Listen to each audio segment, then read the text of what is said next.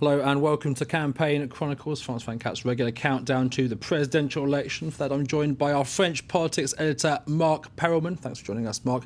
Also, our media editor, James Creedon. Thanks for coming in, James.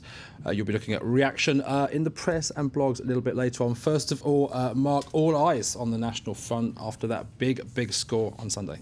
Absolutely. Officially, both candidates say they want nothing to do with the National Front, which has always been a fringe party. However, they're both fishing for those precious votes for round two because they need them. So everyone is casting a net.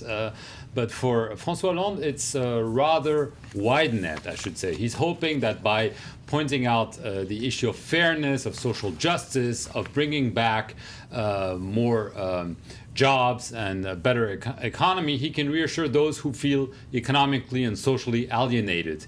And so here he was today in the northeast of France, or well, not too far from Paris, in the Picardy region, where Marine Le Pen, the National Front leader, really performed very well last Sunday. And with him were Valérie Labonne and Clovis Casali. Here's their report. François Hollande likes to call himself the normal candidate. If elected president, he says he'll travel by train as often as possible. First, he needs to campaign hard to beat Nicolas Sarkozy. On his way to the Picardy region, the socialist leader gets off the train for a breath of fresh air. It seems some of his supporters were told beforehand. Mr. Hollande, what a welcome. I'll have to get back on the train anyway. Have you come to win over National Front voters or tell them that the far right is not the solution? Today I'm here to present my solution. There are only two ways left. The right wing or the left wing I represent, which brings together all Republicans. The choice is clear. François Hollande has set himself a difficult task: convince far-right voters to pick him in the second round of the election. Here in the town of Hirson, like in the whole area, he finished first on Sunday ahead of Marine Le Pen, while Nicolas Sarkozy only finished third. A significant rise of the far right. In 2007, it obtained 17% in the area and 26% this time. Seeking to woo these voters, François Hollande has paid a visit to this car-making factory. He explains why. I want to talk to all voters, including those who express anger through their vote and who are worried. Those who want change, who haven't always been able to express it. They shouldn't feel let down or resigned. That's not the answer. I won't promise anything I can't deliver. In Hirson, François Hollande promised he would win on May the 6th. It's possibly the first time he says it in public.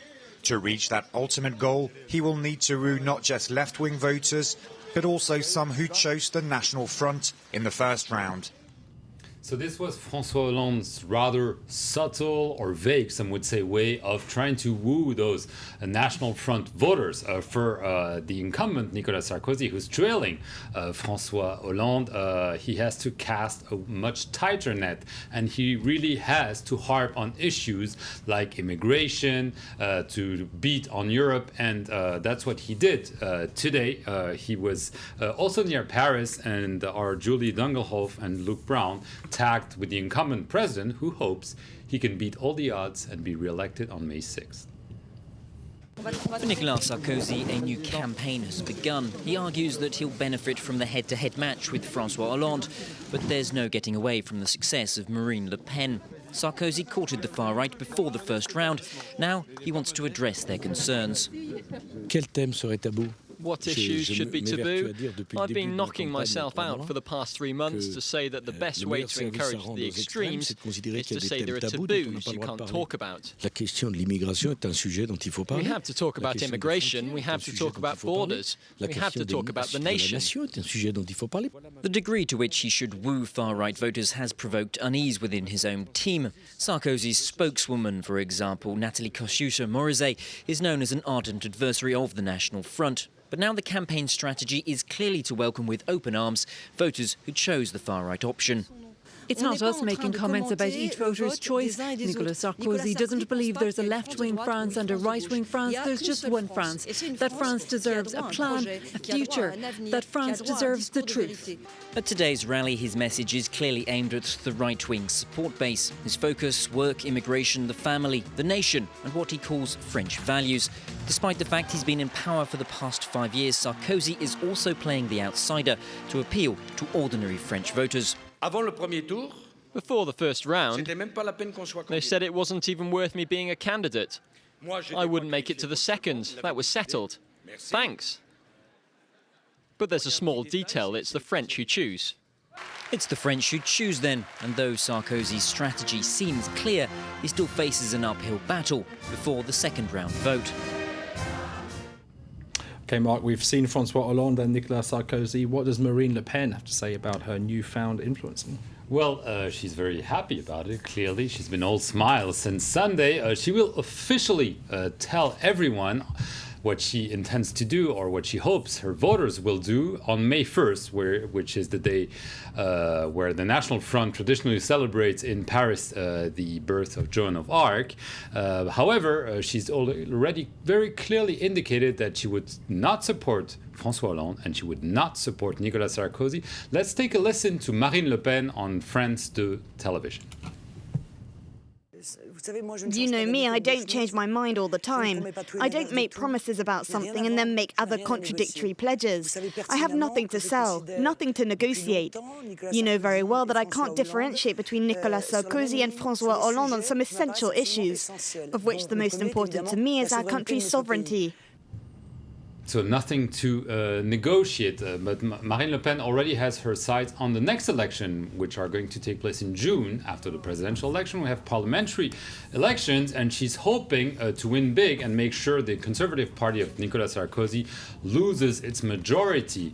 But interestingly, although both the Conservatives and the National Front say they don't want any alliance, it seems that their supporters are in favor of such an alliance. There's an interesting poll that came out today saying that a third of the French, the total French, are against. A third are in favor of such an alliance for the parliamentary election. But when it comes to National Front voters, and especially UMP voters, 64% and 59%, so nearly 2/3, are in favor of such an alliance. So it's interesting because it could herald kind of new right in France, where there could be an alliance between the far right and the Conservative Party, especially if Nicolas Sarkozy loses, but obviously he's still convinced he can pull it off.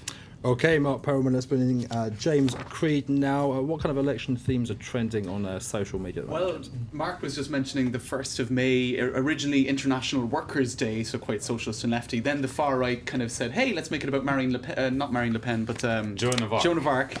I shouldn't really mix them up. And now Nicolas Sarkozy is trying to get in on the game, and he's going to do something on the 1st of May this year. And if I think Rue 89 have an article here, and they give the quote as, on the 1st of May, we're going to organise a workers' festival, but a festival for real workers, for real work. To I suppose the distinction being between people who are on social welfare, right, or exactly. People. Right? So inevitably on social media, you've people commenting on this term vrai travail, a real job, real work, and finding all sorts of their charts. You know, do you have a real job? Are you a civil servant? Then no, you can't go to this thing, and you have to follow this chart to see if you actually have a real job and if you can go along to this festival organised by Nicolas Sarkozy. Other words saying, what about collecting envelopes from Mrs. Betancourt? Is that a real job? So that's maybe a bit unfair. A real job is one that allows you to buy it. So basically what they're doing is they're taking, as is often the case on social media, something that he said and kind of turning it around and throwing it back in his face, which it could be just as easily be François Hollande, but today it is Nicolas Sarkozy is the butt of this. Here they're saying, a real job would allow you to buy a Rolex before, your 50th birthday. And, Jean Sarkozy getting the rap there, that's his son who was, he tried to give him a plum job at one point. Also a reference to the the fake jobs scandal at the Paris City Hall, what's it called, the travail fictif, fictitious job scandal, which is the perfect opposite of a real job. So of course people are talking about that. Oh, will this particular person, Xavier Tiberi, who was a big centre of that scandal in Paris, will she be allowed to go to the Real Workers' Festival? So as you can see, it just became a big trend online with people, I suppose, mocking a little bit the tone and the tenor of this. And his rival François Hollande said Nicolas Sarkozy is talking about real work, but what he brought to France is real unemployment. So clearly everyone is harping on this, but Nicolas Sarkozy probably knew it. This is it. I mean, it's almost impossible for politicians nowadays to come out with a slogan that can't be turned around and turned into a missile to be turned right. Exactly. So there you go. Today it's hashtag vrai travail, real job. Okay, gents, thank you very much for the vrai travail that you've both been doing for us. That's it for Campaign Chronicles. Plenty more on our website. You can follow the whole campaign there. Do stay with us here on France 24. More news coming up very shortly.